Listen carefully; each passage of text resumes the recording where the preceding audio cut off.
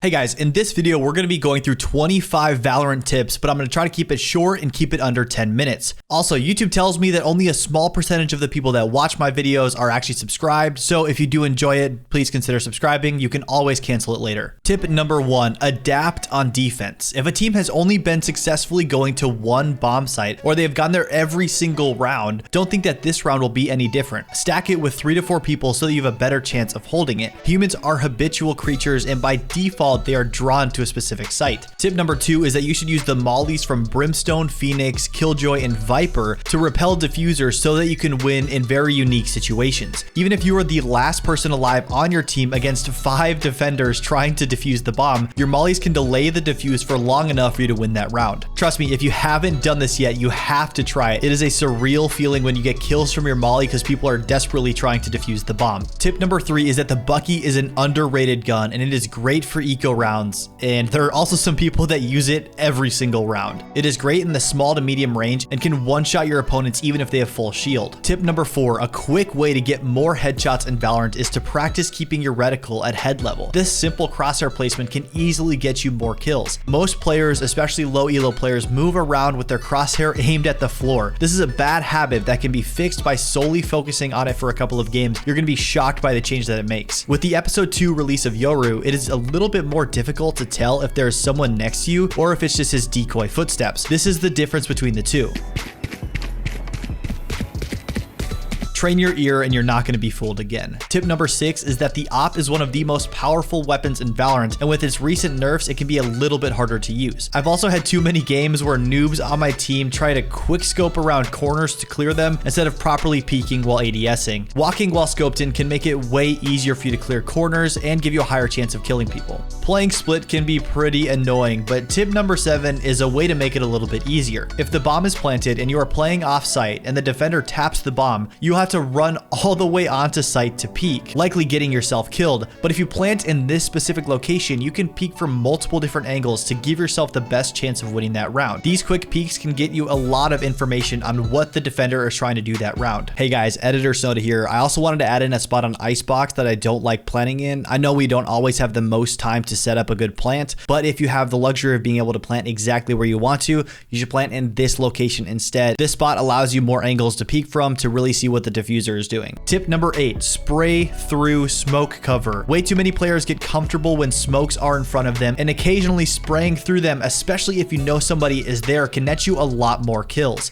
Brimstone recently got a buff and has been getting a decent amount of play alongside Omen, and when smoked, it gives you the opportunity to get free damage off by shooting through it. But Vandal users beware, because using unsilenced weapons like the Vandal through smoke leaves bullet trails so they can shoot back at the location where those trails came from. Tip number 9, be careful for tilts. Unlike games like League of Legends, a game of Valorant isn't necessarily over when you get behind, because every single round you have almost an equal chance of winning. When you add in managing the economy, this can allow you to chain together multiple round wins in a row, completely shifting the tide of the game. Even if the game is 0 to 12, there is no inherent advantage that your opponent has except their economy. So as they say in traditional sports, keep playing until you hear the whistle. On the other hand, tip number 10 is to stay disciplined if you are winning. Climbing in Valorant is dependent on multiple factors, one of them being the margin of victory. Winning a game 13 to 3 will net you more rank than if you won 13 to 11. Even if the game is 12 to 3, stay disciplined and finish the game with the same focus that you started it with. Tip number 11, if you are a newer player, it is likely that the Phantom is better at masking some of your mistakes over the Vandal. It is no question that high elo players prefer the Vandal over the Phantom right now, but low elo players might get duped into using the Vandal more because that's what they're watching with the top streamers and personalities. However, the Phantom is better at quote-unquote moving and shooting, it has a higher rate of fire, and the bloom resets quicker, making it a little bit more forgiving of a gun to use. So if you're struggling with your gunplay in Valorant, try out the Phantom. I think you'll like it. So if someone was like this close, for instance,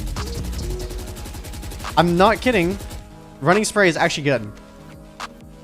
And I don't think I would ever vouch for running spraying in my life, but I'm going to start doing it now because It's too good not to use. Tip number 12, Jiggle Peak. This is a very basic concept that is used in many other tech shooters, and it is just as important in Valorant. If you are seeking to gain information on a certain angle, don't just sit there exposing your whole body. A better way to gain info is to jiggle that angle. This allows you to be hidden and safe behind a wall and only quickly peek to get the information that you need. Tip number 13, use your blinds. Please, this one might be obvious, but I've had way too many Reynas be the last one alive with both Leers up. What you should do is use your blinds to get your team onto site so that they can get the bomb down and secure the round for you. I know this is a team game and you might be tempted to play all by yourself, but you'd be surprised at how much better your team does when you give them an easy path to the site. Tip number 14, tap the bomb. When many players hear the initial sound of the bomb being defused, they run to shoot whoever is defusing it. This can lure the last couple players out so that you can get those final kills to secure the win. On the other hand, tip number 15 is to stick the bomb. Many players are learning that the first defuse sound is somebody tapping it to lure them out. You can use this to your advantage by either sticking the entire defuse or getting it to half so you have more time to work with. Tip number 16, find a reticle that works for you. I went through a couple different iterations of the reticle I'm currently using, and it kind of just takes trial and error to see what you like and don't like, but finding the right crosshair that works for you can greatly increase your aim and net you more kills. And quickly, along the same lines, tip number 17 is to take the time to learn the best sensitivity for you. Some people have their sensitivity too low, some have theirs way too high. Take the time in the range, take the time in other third-party programs to figure out what best sensitivity fits you. Tip number 18, peek to get traded. If you are clearing corners in Valorant on offense, you want to play fast enough to get on site, but slow enough so that if you die, your team can easily trade you. This is something that I have personally had to learn and helped me climb an entire rank. What I found myself doing was getting onto site quickly and dying before my team could be there to help trade the kill. Tip number 19, trade your teammates. Don't let someone entry alone. Make sure that you are with your teammates so that you can trade them if they die clearing a site. Sometimes our teammates can fly onto site, kind of like me on Jet, but if you pay more attention to this, I think you'll find it worth it and you'll end up getting more kills. Tip number 20, although Valorant is a tactical shooter and is very similar to CSGO,